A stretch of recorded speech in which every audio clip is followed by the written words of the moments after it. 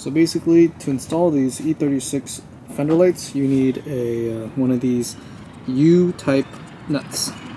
Basically, it just locks in place up front, and there's a clip in the back with the E36. And I have a bolt holding it in place. So that's what we're going to be going over today. And I have a spare one in my hand, and let's go to my spare fender. So this is the E36 light. I retrofit this one to work with 240. I don't recommend this. I recommend you getting a E36 male fitting with the 194 bulb attachment to get into here. But this is what I ran when I first did it. But the one on my car, it's actually a male fitting, which I'll take apart at the end.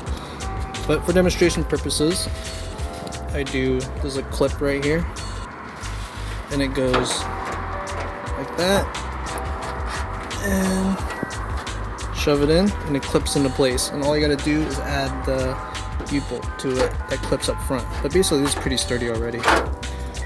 So let's do that. So I got this clip, and how it sits, it usually sits like this, and then this bolt goes into the housing, into this nut.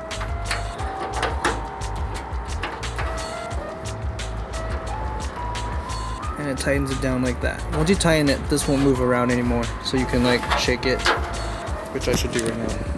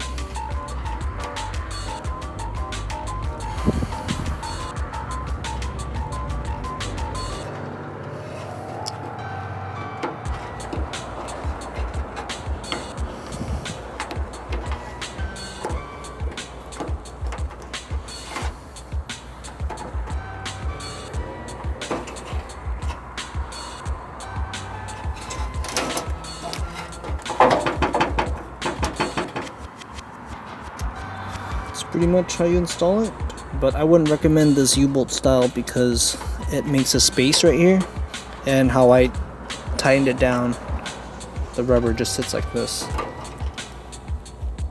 So we're gonna go over the one on my car now.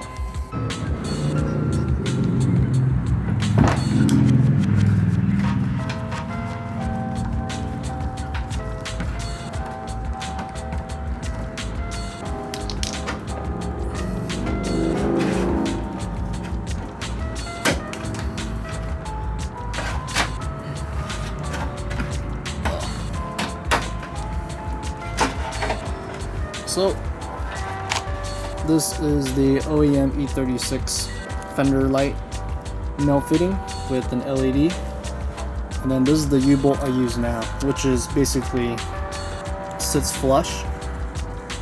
And I'll take out the bolt off to show you exactly what it looks like. Come on, there we go. So this is what I recommend, and then you can get this bolt anywhere. That'll fit into here. Figure out the thread, and this is it. It runs off the OEM one. Just like that. Sits flush. Oh, there's like a little weird O-ring right here that holds it in place. So that's how it works. It spits back.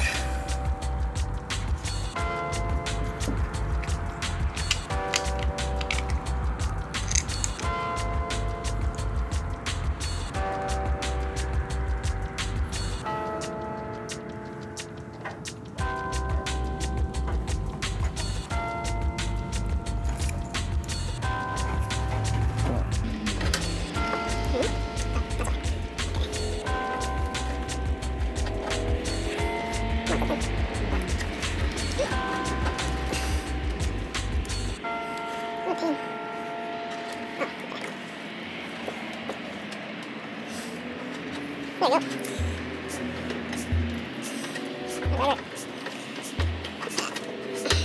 a little bit.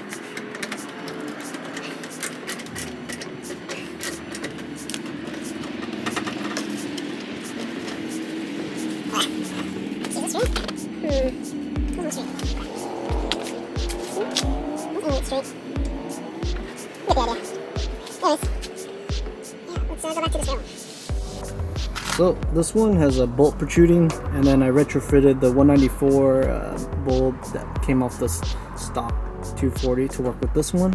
But I recommend using the BMW male fitting and the U-nut that's on this car because it sits flush, where this one creates a small space that no one ever notices but me. So, yep.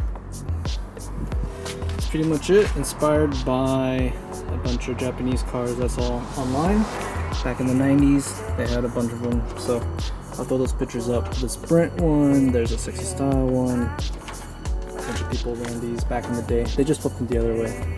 Oh, which I should show you, so I'm gonna do that now.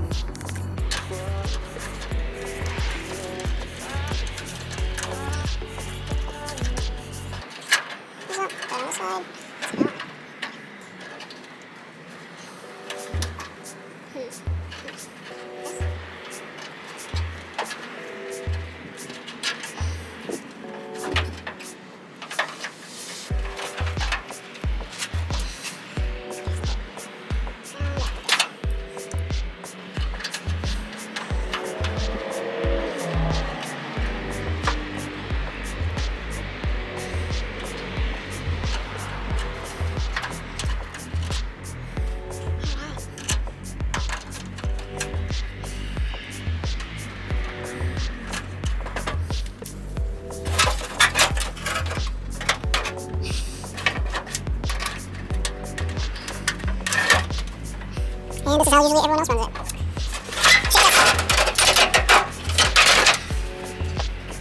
Super sturdy. So I basically bought these depot ones, which are right there, $16.95. And the downside to them is over time, these rubber, they like tear. But you can run it without it, but I just like the rubber because it holds out moisture going towards the bulb, so it's kind of nice. But yeah, over time they just crack.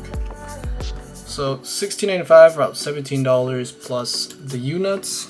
I got these locally, but you can go find them anywhere at hardware stores, and they're around like 45 cents to $1, whatever you guys want, whatever bolt you want, size you want to get it to work. So these two will be $1 and 17, so it'll be $18 total. And I got inspiration from the Sprint car, E36, E36, E36. So also Daigo's car, 60 style. So hopefully it helps you guys out. I know it's kind of difficult sometimes, and you guys have messaged me the same question, so I understand. I'm a visual learner too. I gotta see it sometimes just to get it sit right and stuff like that.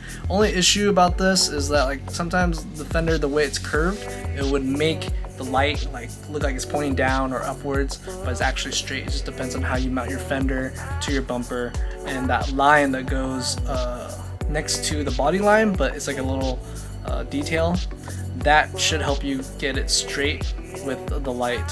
So hopefully that helps out. Good luck on your guys' project, and hopefully in some ways you guys made it work like me. So see ya.